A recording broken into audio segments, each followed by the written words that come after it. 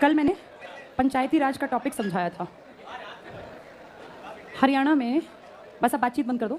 हरियाणा में हरियाणा कह रही हूँ, इंडिया में 3 स्तर की सरकार है।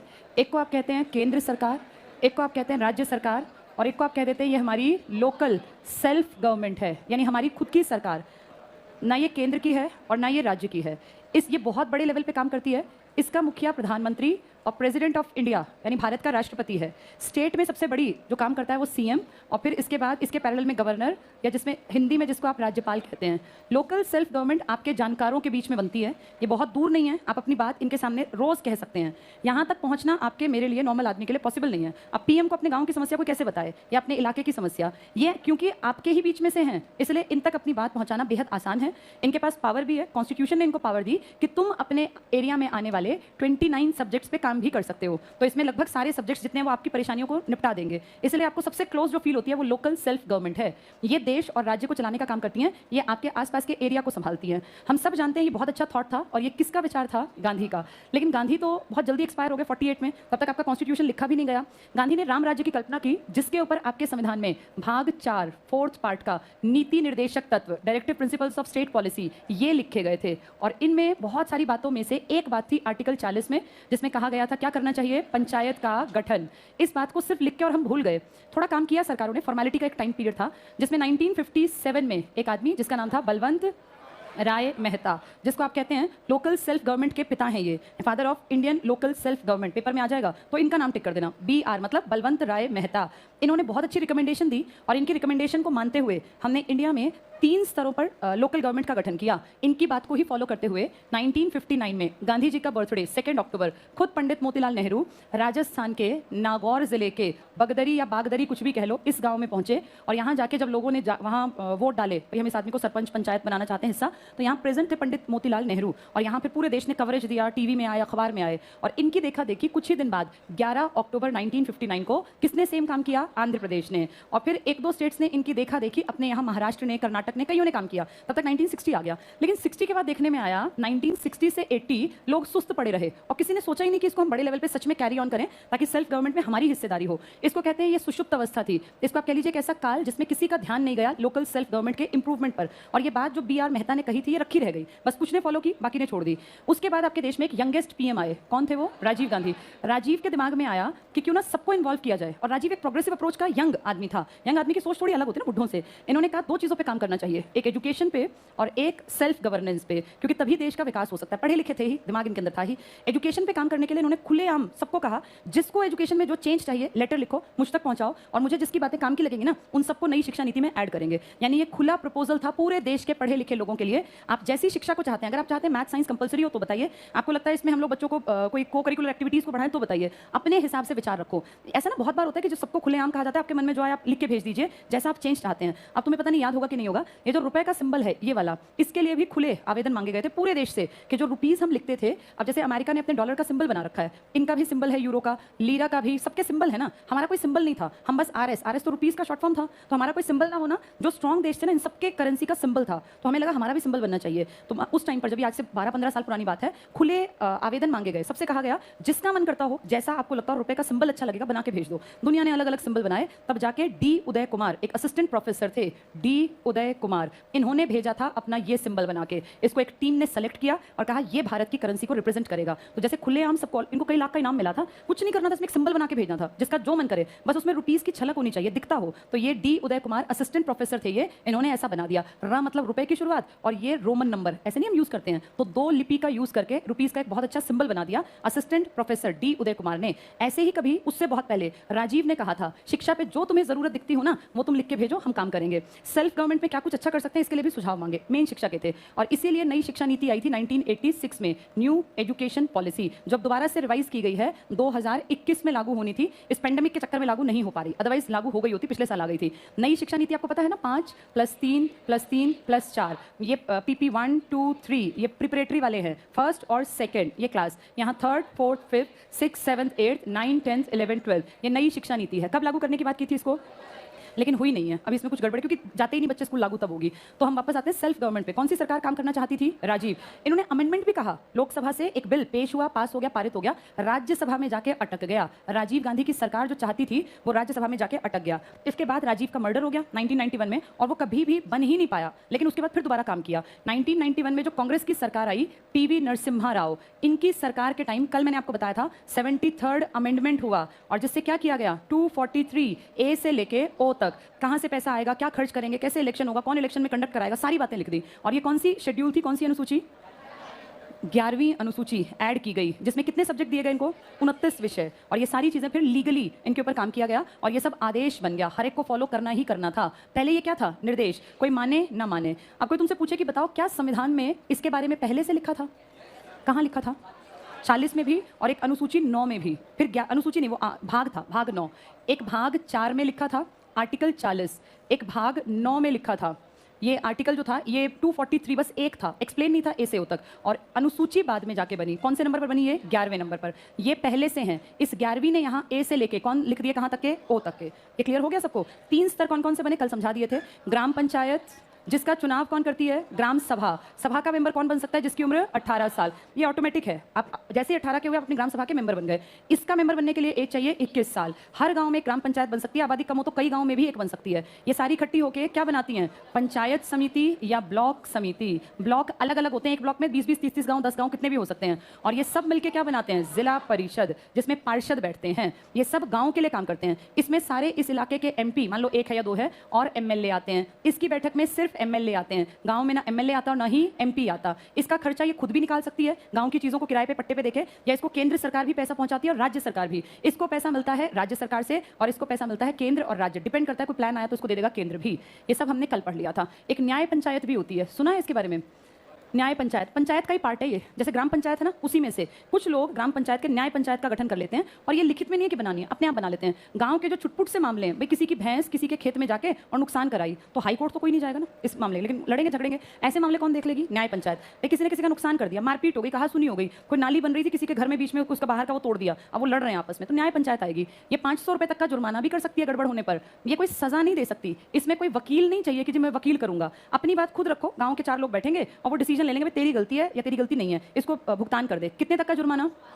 तो ऐसा नहीं है कि 1,00,000 2 लाख का जुर्माना कर देगी या सजा दे देगी, नहीं, ये छोटा मोटा सा काम करेगी, बस ये गांव की प्रॉब्लम गांव में ही सॉर्ट आउट करा देंगे, ताकि आपको शहर ना भागना पड़े, वकील ना करना पड़े। अब इसको सबको किताबों से पढ़ लें, ताकि एग्जाम में हमारे पास पढ़ने और लिखने का मटेरियल हो। ये लगभग लास्ट में मिलेगा। पेज 272 पर आ जाओ। 272 लोकसभा में कितनी सीट होने पर जादुई आंकड़ा आ जाता है?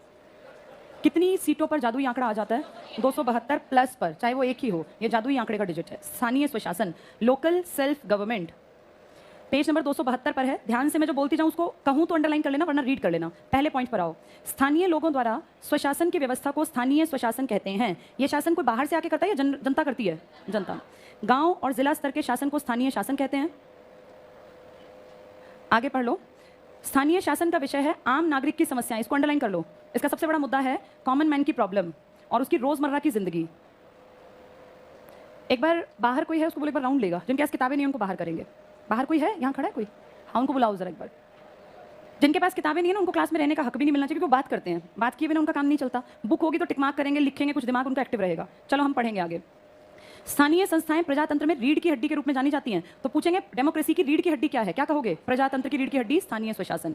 स्वतंत्र भारत में पंचायती राज, पहला पॉइंट पढ़ो। संविधान निर्माताओं ने गांधीवादी आदर्श, अंडरलाइन कर लो, ये गांधी का मूल विचार था, गांधीवादी आदर्श। फिर पढ़ो के अनुरूप संविधान के भाग 9, अंडरलाइन करो, भाग 9, नीति निर्देशक सिद्धांतों के अंतर्गत अनुच्छेद 40। अब ये 2 अलग बातें बोल गया, क्या बोला इस किताब में? ये पहले कह रहे हैं भाग 9 और फिर कह रहे हैं कौन सा? अनुच्छेद 40। क्या 40 भाग 9 का हिस्सा है? नहीं, ये किस भाग का हिस्सा है? ये भाग 4 का हिस्सा है। फिर भाग 9 क्यों कह रहे हैं? क्योंकि इसका आर्टिकल है 243, जिसमें ए से ओ तक कब जुड़ेंगे? जब क्या बन जाएगा? ये कानून बन जाएगा, कानून। एक बार जरा देखिए इनमें से जिसके पास किताब ना हो, जो बात करता देखिए उसको निकाल क्लास से। चलो पढ़ो आगे। अनुच्छेद 40, तो भाग 9 के अंतर्गत 9 के ऊपर लिखो आर्टिकल 243, आर्टिकल 243 लिख लो यहाँ। और नीति निर्देशक तत्वों के पास लिखा ही आर्टिकल 40, तो 2 अलग बातें हो गई, एक भाग 9 और एक भाग 4। यहाँ भाग 4 लिख लो 40 के ऊपर। 2 पार्ट्स हैं, 9 और 4, आर्टिकल 243, आर्टिकल 40। पढ़ो आगे। राज्य को पंचायती राज शासन स्थापित करने का निर्देश दिया गया। तो अब जो समझदार है ना उसको ये याद रखने 9 और 4 में भाग 40 और 9 में आर्टिकल 243 जो आगे बढ़ेगा। फिर पंचवर्षीय योजनाओं के अंतर्गत कई विकल्प ग्रामीण विकास के लिए क्रियान्वित हुए। अगला टिक करना 2 अक्टूबर 1952, इसको थोड़ा सा सुन लो। कम्युनिटी डेवलपमेंट प्रोग्राम CDP, पहले ना पंचायत का जिक्र नहीं था, कहा कि अपना डेवलपमेंट खुद ही ना कर लेंगे, कम्युनिटी डेवलपमेंट प्रोग्राम ले आओ। लेकिन ये कम्युनिटी डेवलपमेंट प्रोग्राम फेलियर रहा और इसकी कमी के चलते 1952 में आ तो गया ये, लेकिन कहीं कम्युनिटी का डेवलपमेंट नहीं हुआ। इसीलिए कौन सी समिति बनानी पड़ी? बलवंत राय मेहता 57 में। तो ये CDP टिक कर लो, कम्युनिटी डेवलपमेंट प्रोग्राम। ये 2 अक्टूबर 1952 को स्टार्ट किया गांधी के जन्मदिन पर। ये गांधी के विचार से प्रभावित है सारी चीजें। पंचायती राज का स्वतंत्र भारत में सबसे पहले आविर्भाव टिक करना राजस्थान के नागौर जिले में हुआ। तो सबसे पहले पंचायती राज नागौर।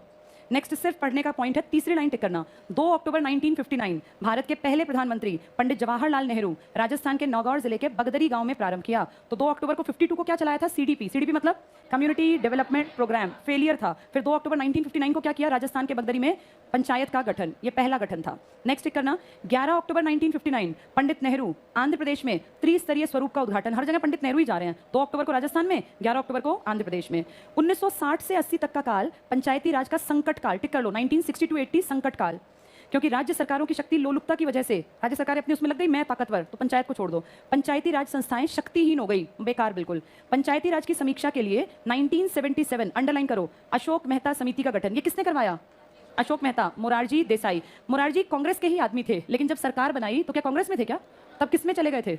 एक नई पार्टी बना ली थी ना, कौन सी पार्टी? जनता पार्टी। पहला गैर कांग्रेसी PM कौन है तुम्हारे? मोरारजी देसाई। कितनी उम्र में PM बने? 81 साल। सबसे उम्र दराज PM भी तो यही है, और ये इकलौते PM है जिसको पाकिस्तान ने सबसे बड़ा अवार्ड दिया, निशान-ए-पाक। इनको भारत रत्न भी मिला और निशान-ए-पाक भी मिला, ये बहुत बड़ी बात है। ये मोरारजी देसाई के टाइम की, लिख लो अशोक मेहता के सामने, नीचे लिखो मोरारजी देसाई PM, जनता पार्टी की सरकार। मोरारजी देसाई PM, जनता पार्टी की सरकार। और मोरारजी के नाम के आगे लिख लेना 81 ईयर्स, सबसे उम्र दराज PM है तुम्हारे देश के। 99 ईयर्स तक जिंदा बैठे रहे थे, 99 तक GL नंदा थे। क्या ये पॉइंट क्लियर हो गए सबको?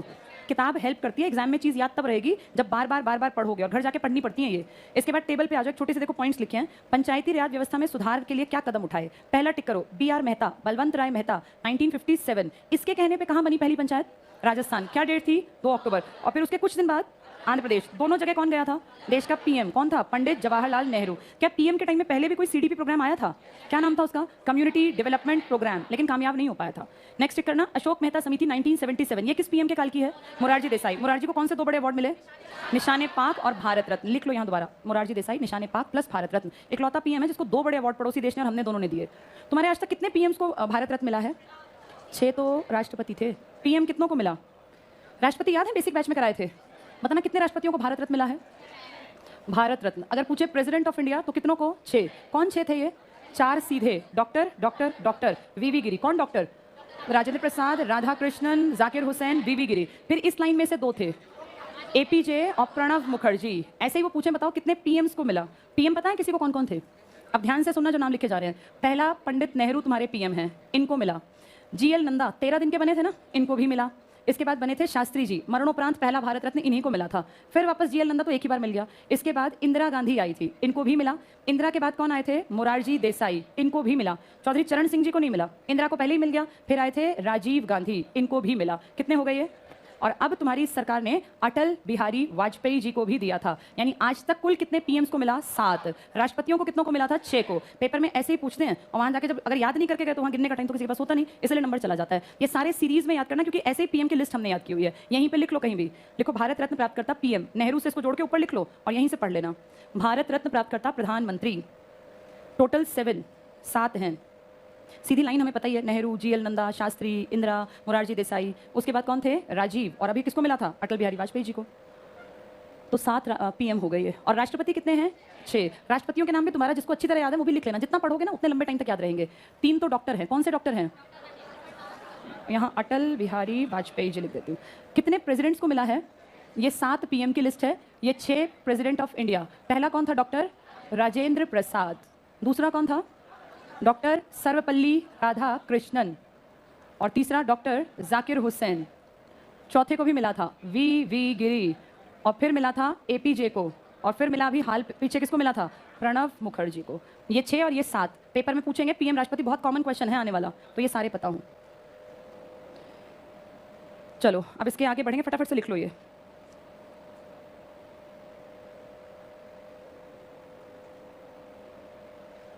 क्या किसी कार्यवाहक पीएम को मिला है भारत रत्न? ये जीएल नंदा क्या था? कार्यवाहक ही तो थे। पहले किसकी मौत के बाद? नेहरू और फिर शास्त्री की मौत के बाद। क्या किसी कार्यवाहक राष्ट्रपति को मिला है जो कार्यवाहक भी रहा हो? वीवी गिरी पहला कार्यवाहक था। ऐसे ही पूछेंगे ना तो वहां जो नहीं समझेंगे वो रट के भूल जाएंगे। कार्यवाहक आपके देश में पहला वीवी गिरी था, इनकी मौत के बाद। और यहाँ कार्यवाहक थे नंदा, पहले इनकी मौत के बाद फिर इनकी मौत के बाद। तो कार्यवाहक को भी मिला जो पहले कार्यवाहक रहे थे। तो 6 और 7 ये याद रखने के पॉइंट्स हैं। एग्जाम पास करना कोई मजाक नहीं होता कि हर कोई पास कर लेगा। जिसका दिमाग जितना ज्यादा एक्टिव होगा, जो जितनी चीजों को सुने और समझेगा, उसका पेपर पास होने के चांसेस हैं। अब ये घुमा फिरा के जब देंगे ना, निम्न में से किस राष्ट्रपति को नहीं मिला, तो एक पीएम का नाम दे देंगे। आधे मूर्ख तो इतने बेवकूफ है ना कि जिनको पता ही नहीं कि पीएम की लिस्ट अलग और राष्ट्रपति की अलग, वहां वो फंस जाएंगे। मिला इन सबको है, लेकिन पीएम की लिस्ट अलग है, राष्ट्रपति की अलग। चलो आगे देखो, बलवंत राय मेहता लिख लिया हमने यहाँ।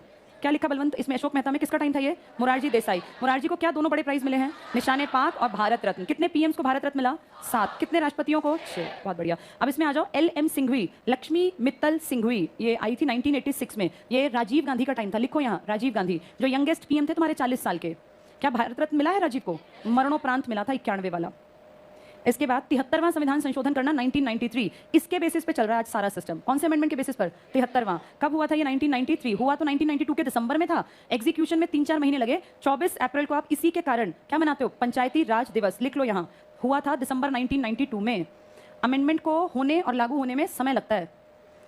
ये अमेंडमेंट जो 73 का तुम्हें 93 में लिखा है ना, ये 92 के दिसंबर में हो गया था। पंचायती राज दिवस कब मनाते हो? 24 अप्रैल। लिखो यहाँ, इसी के कारण मनाते हैं। बलवंत राय तो ऊपर ही लिखा था, इसलिए टिक करने की जरूरत नहीं है। अगले पेज पे आ जाओ। पहला पॉइंट लिखा है सामुदायिक विकास कार्यक्रम। अभी एक प्रोजेक्ट का नाम बताया, CDP। किस दिन लागू किया था? गांधी के बर्थडे पर, 2 अक्टूबर 1952, लेकिन फेलियर था। टिक करना, सामुदायिक विकास कार्यक्रम। यहाँ लिख लो CDP। के असफल होने के बाद पंचायती राज व्यवस्था को सशक्त करने के लिए, बहुत इंपॉर्टेंट अंडरलाइन करना, 1956 में बलवंत राय मेहता समिति का गठन किया। इसने अपनी रिपोर्ट 1957 में प्रस्तुत की। अगला पॉइंट बहुत काम का तुम्हारे, त्रिस्तरीय पंचायती राज व्यवस्था की स्थापना की सिफारिश की गई। और इसका त्रिस्तरीय स्वरूप जो पेपर में बहुत बार आता है, ग्राम स्तर पर ग्राम पंचायत, खंड या ब्लॉक स्तर पर पंचायत समिति, इसी को ब्लॉक समिति भी कहते हैं। BDO का नाम हम सब जानते हैं, ब्लॉक डेवलपमेंट ऑफिसर, इसी का तो मुखिया होता है वो। जिला स्तर पर जिला परिषद, जिसके पार्षद बनते हैं, तो वो पंचायत हो गई, ये ब्लॉक डेवलपमेंट वाले हो गए और ये जिला वाले हो गए। नेक्स्ट करना, ग्राम पंचायतों का गठन प्रत्यक्ष चुनाव द्वारा चुने हुए प्रतिनिधियों से होगा, जबकि पंचायत समिति और जिला परिषद के प्रतिनिधियों का चुनाव अप्रत्यक्ष रूप से होगा। इसमें पूरा गांव शामिल नहीं होता।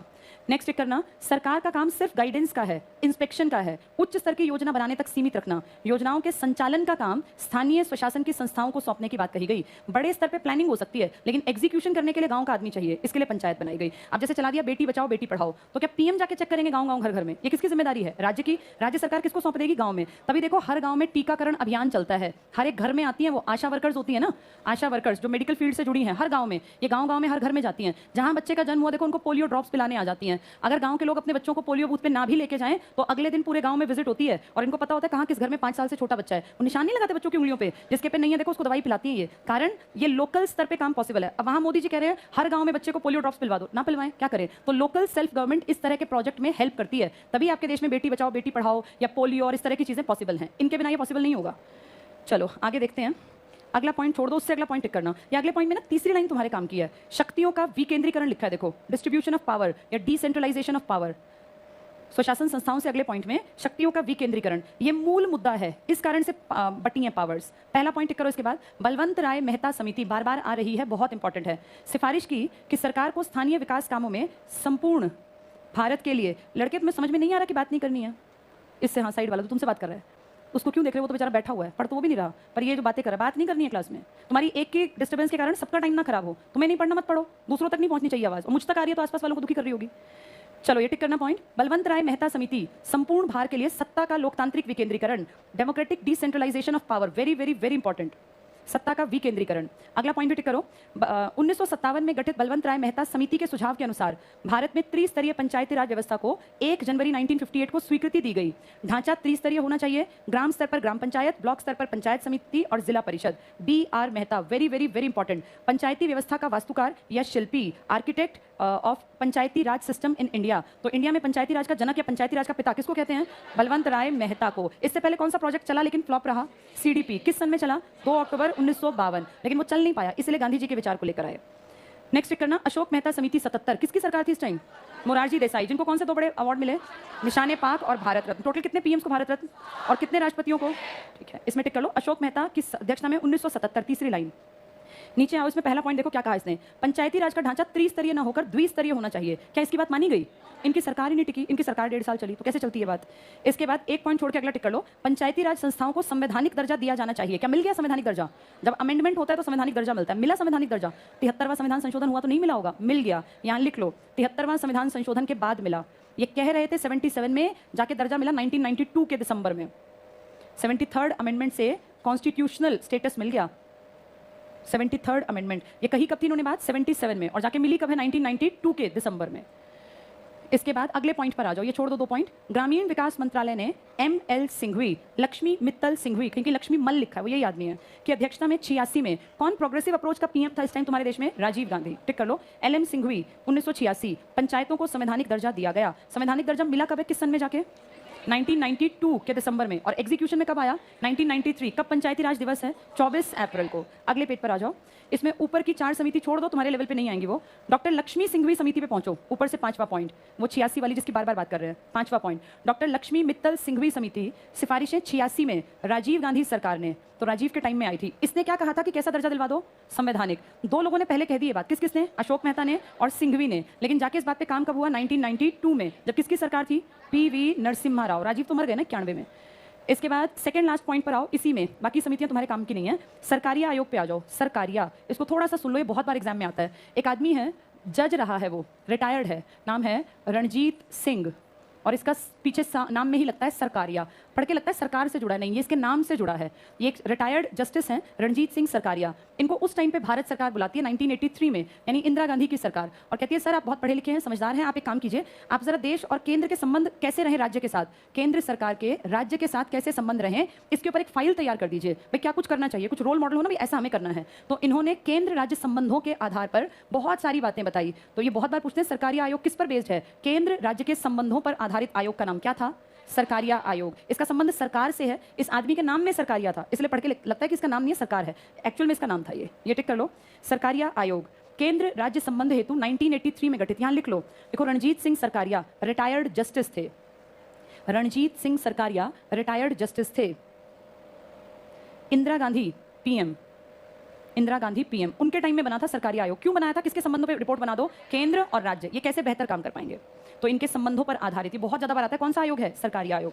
इसके बाद आ जाओ राष्ट्रीय पंचायत आयोग, इसमें सीधे 3rd पॉइंट पर आ जाना। 3rd पॉइंट, वर्ष 1993 में 73वां संविधान संशोधन अधिनियम 1992 के माध्यम से देश में पंचायती राज संस्थाओं को संविधान के दायरे में लाया गया। भारतीय संविधान के आर्टिकल 40 में पंचायतों के गठन का प्रावधान है। तो किस आर्टिकल में है ये? 40 में। 40 कहाँ लिखा हुआ है? भाग 4 में। किसका मूल विचार था? गांधी का। यहाँ लिख लो, ये लिखो भाग 4 पार्ट 4 में गांधी का मूल विचार, पार्ट 4 गांधी का मूल विचार। तब तक ये कंपल्शन नहीं था, ये मर्जी थी राज्य की, किसी ने मानी ही नहीं। अगले पेज पर आ जाओ, संवैधानिकरण, कैसे इसको कॉन्स्टिट्यूशन में ऐड कर दिया? कंपल्शन बना के, आदेश बना के। पहला पॉइंट टिक करना, एम.एल. सिंघवी। कौन है ये एम.एल. सिंघवी? लक्ष्मी मित्तल सिंघवी या लक्ष्मी मल सिंघवी समिति द्वारा दी गई, इसको टिक कर लो, एल.एम. सिंघवी। राजीव गांधी सरकार ने, मैंने क्या बताया, राजीव ने 2 चीजों पे काम किया, एक एजुकेशन और एक सेल्फ गवर्नमेंट, लोकल गवर्नमेंट। ये टिक करना, राजीव गांधी सरकार ने पंचायती राज संस्थाओं को संवैधानिक करने, इसको अंडरलाइन कर लो, ये राजीव की इच्छा थी पर वो मर गए बीच में, पूरी की पी.वी. नरसिम्हा राव की सरकार ने, संवैधानिक करने और मजबूत और उदार बनाने के लिए 64th अमेंडमेंट, डबल टिक कर लो। क्या 64वां फिर राज्यसभा से पास हो पाया? नहीं, राज्यसभा ने अटका दिया, फिर इनकी सरकार ही नहीं आ पाई। 89 से 90 वीपी सिंह की, 90 से 91 चंद्रशेखर, 91 में इनकी सरकार आती है और ये 73rd अमेंडमेंट करते, पर 91 में 21 मई को इनका मर्डर हो गया, सरकार आई पी.वी. नरसिम्हा राव की। तो ये देखो इनकी जो इच्छा थी ना, कौन सा अमेंडमेंट थी इनकी इच्छा? 64वां। लेकिन कौन सा हो पाया? 73वां। 73वां कब हुआ? 1992 के दिसंबर में। इसको एग्जीक्यूट कब किया? 1993। क्या डेट थी वो? 24 अप्रैल। क्या मनाते हैं उसको? पंचायती राज। ये किसके टाइम की घटना है? राजीव गांधी के, ये पी.वी. नरसिम्हा राव के। ये अंडरलाइन कर लो, बहुत इंपॉर्टेंट सारे पॉइंट्स दिए हुए हैं। तो अगला पॉइंट हम पढ़ रहे हैं ऊपर, एल.एम. सिंघवी समिति, राजीव गांधी सरकार, संवैधानिक करने के लिए 64वां संविधान संशोधन लोकसभा में पेश किया गया बिल, राज्यसभा ने पास नहीं किया, तो किसने अटका दिया? राज्यसभा। तभी 64 से ये 73 तक जाएगा। 2 पॉइंट छोड़ दो, अगला पॉइंट पढ़ लो। ये विधेयक 73वां संविधान संशोधन कानून 1992 के रूप में सम्मिलित हुआ। तो कब आया ये कानून बनके? 1992, लेकिन इसको एग्जीक्यूट करने में 4 महीने और लगेंगे। अगला पॉइंट टिक करो, 24 अप्रैल 1993 को प्रभाव में आया, ये फोर्स में आ गया, यानी 73वां संविधान संशोधन, बहुत इंपॉर्टेंट, अंडरलाइन, लागू हुआ। इसीलिए हर साल 24 अप्रैल को पंचायती राज दिवस के रूप में मनाया जाता है। तो 2 अमेंडमेंट बोलो जो राजीव की इच्छा थी लेकिन हो नहीं पाया था, 64वां, और कौन से नंबर से हुआ? 73वां। तब क्या राजीव थे पीएम? कौन पीएम था? यहां लिख लो, 73 के ऊपर लिखो पी.वी. नरसिम्हा राव प्रधानमंत्री। जहां 73rd अमेंडमेंट लिखा था इसी पॉइंट में, वहां लिख लो पीएम पीवी नरसिम्हा राव। लक्ष्मीमल सिंघवी समिति किस पीएम के टाइम की देन है? राजीव गांधी। कौन सा अमेंडमेंट चाह रहे थे? 64वां। कहां से पास करा दिया था? लेकिन किसने रुकवा दिया? फिर जाके कब पास हुआ? 1992 में। और पावर में कब आया? अप्रैल 1993 में। क्या डेट थी? 24 अप्रैल। क्या मनाते हैं? पंचायती राज दिवस। इसके बाद आ जाओ अगली हेडिंग पर, 1992 का 73वां संविधान संशोधन। पहला पॉइंट पढ़ो। इस अधिनियम ने भारत के संविधान में एक नया भाग, अंडरलाइन करो, नया भाग 9 शामिल किया। 9 तो पहले भी था, इसमें आर्टिकल्स जोड़ दिए। पहले 9 में क्या लिखा था? सिर्फ भाग 9 ऐसे करके, इसमें लिखा था 243 और कुछ था नहीं इसमें ज्यादा। अब क्या किया? 243A, 243B, 243C, D, E, F, कितने तक ले गए? 243। अब बताया पैसा कहां से आएगा, कैसे काम होगा, कौन इलेक्शन कराएगा, कितने साल के लिए आएगा, गड़बड़ हुई तो क्या करेंगे, सारे प्रोसेस को एक्सप्लेन कर दिया। किस भाग में? 9 में। पहले सिर्फ यहां क्या लिखा हुआ था? आर्टिकल 243। पहले एक और भाग में भी था ये, कौन से भाग में? 4। किस आर्टिकल में? 40 में। अब इन दोनों से और आगे बढ़ के एक शेड्यूल, एक अनुसूची बना दी। कौन से नंबर की? 11वीं, जिसमें कितने सब्जेक्ट भी डाल दिए? 29, जिसपे कौन काम करेगी? गांव की पंचायत। यानी कितनी पावर दे दी। ये सब किस सन में जाके हुआ? 1992 के दिसंबर में। और एग्जीक्यूट कब हुआ? 1993। पहले सिर्फ ये था और ये था, ये सब बाद की घटनाएं हैं जो बड़े लेवल पे हुई। अब सारे पॉइंट देखो, समझते चलना। अगले पॉइंट हेडिंग पे आ जाओ, 1992 का 73वां संविधान संशोधन अधिनियम। पहला पॉइंट देखो, इस अधिनियम ने भारत के संविधान में नया भाग 9, भाग 9 में क्या लिखोगे तुम? भाग 9 का ए से लेके ओ ऊपर लिख लो, 243A से 243O। 243 तो पहले भी था, ऐसा नहीं कि पहले नहीं था। 243A से 243O तक, यानी कितने आर्टिकल हो गए अब?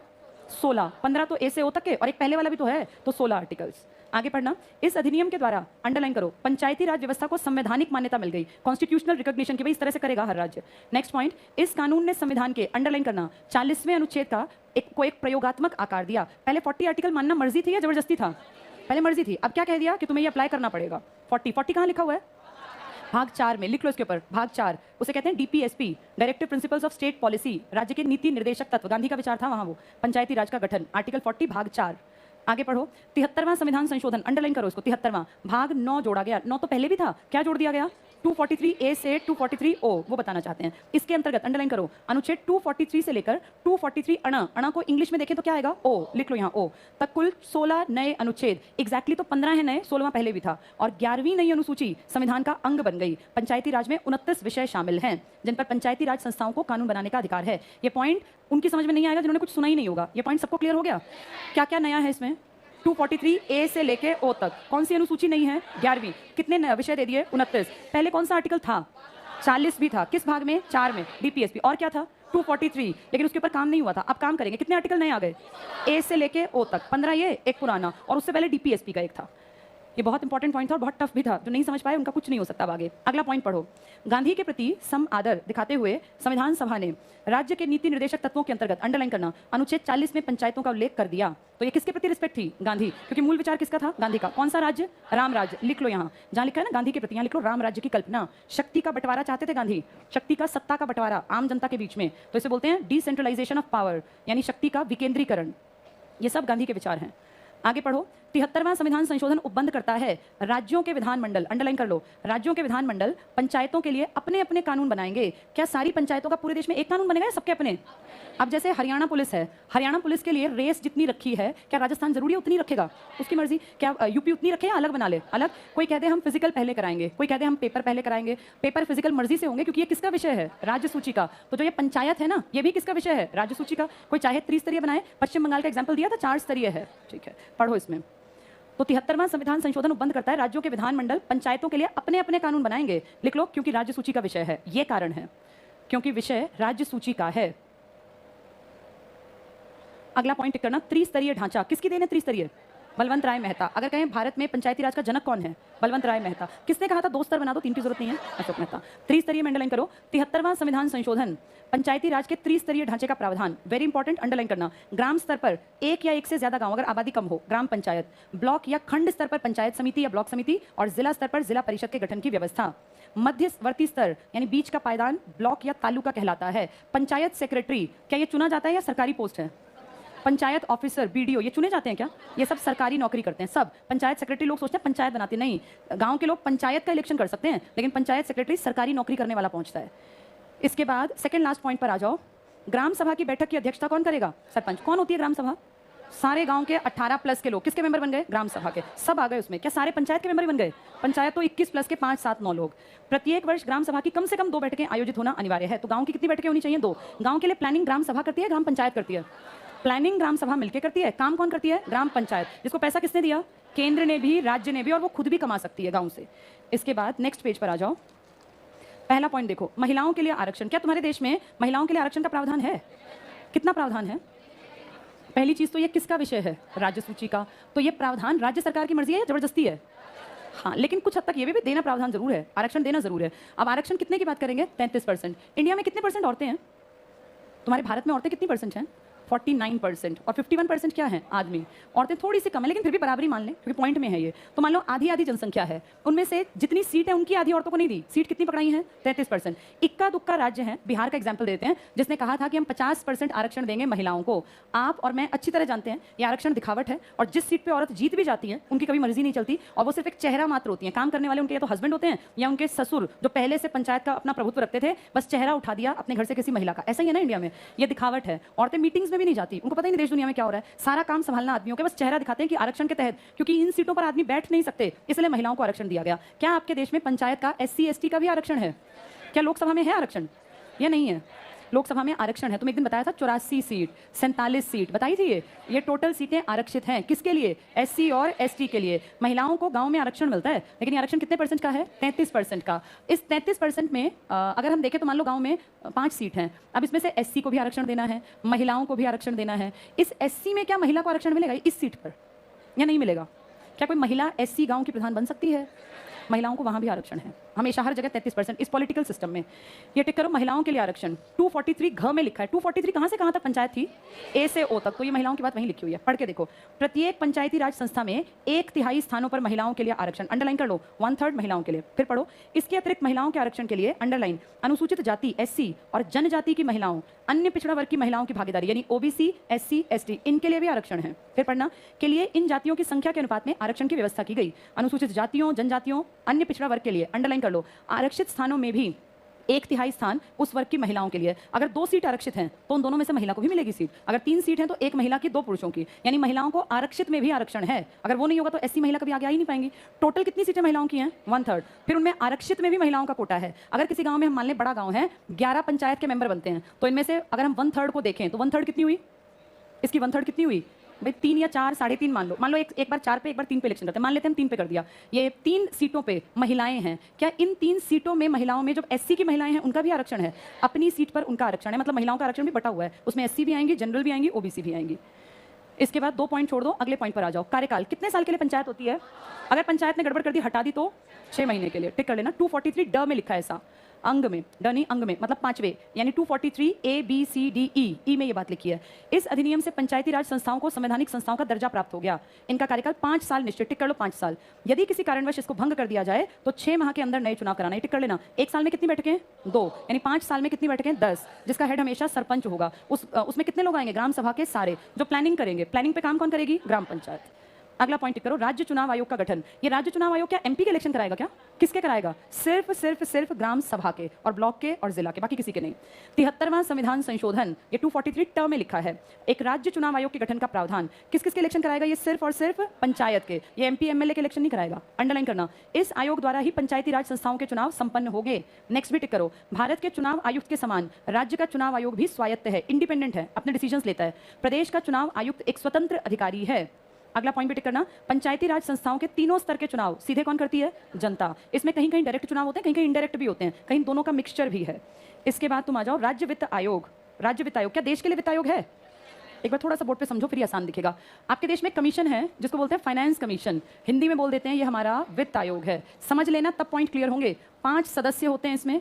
आर्टिकल 280 में लिखा है भारत के लिए, पूरे भारत के लिए एक फाइनेंस कमीशन बनाना पड़ेगा। और आपके देश में मंत्री पढ़े लिखे, अनपढ़, क्रिमिनल कोई भी हो सकते हैं, तो हो सकता है इनको पता ना चले क्या करना ठीक है क्या नहीं, इसीलिए ये बनाया गया। ये आपके देश में जितना टैक्स आता है, जितना सरकार के पास रेवेन्यू आता है, जितना फाइन का पैसा इकट्ठा होता है, जितना सरकार की कमाई है, ये सब सरकार, इसको पता होता है कि कितनी कमाई है। ये सरकार को एक सजेशन सजेशन देता है, 5 मेंबर बहुत समझदार लोग, और ये सरकार को बताते हैं कि अपने पैसे का बंटवारा आप कैसे करें, कहाँ बंटवारा करना है। सरकार 2 स्तरों पे काम कर रही है, एक केंद्र और एक राज्य। तो 2 स्तरों पे पैसा भी तो बांटना पड़ेगा ना। तो बहुत सारा पैसा राज्य इकट्ठा करके केंद्र को देता है, केंद्र पैसे का बंटवारा करता है। अगर मान लो इसके पास 100 करोड़ रुपए हैं तो ये अकेला नहीं खाएगा, ये बहुत छोटा अमाउंट बता रही हूँ सिर्फ समझने के लिए, इसके पास बहुत ज्यादा पैसा होता है। तो ये सोचेगा मैं कितना पैसा किसको दूं, तो ये फाइल उठाएगा। वो फाइल किसने बना रखी है, कितने मेंबर थे इसमें?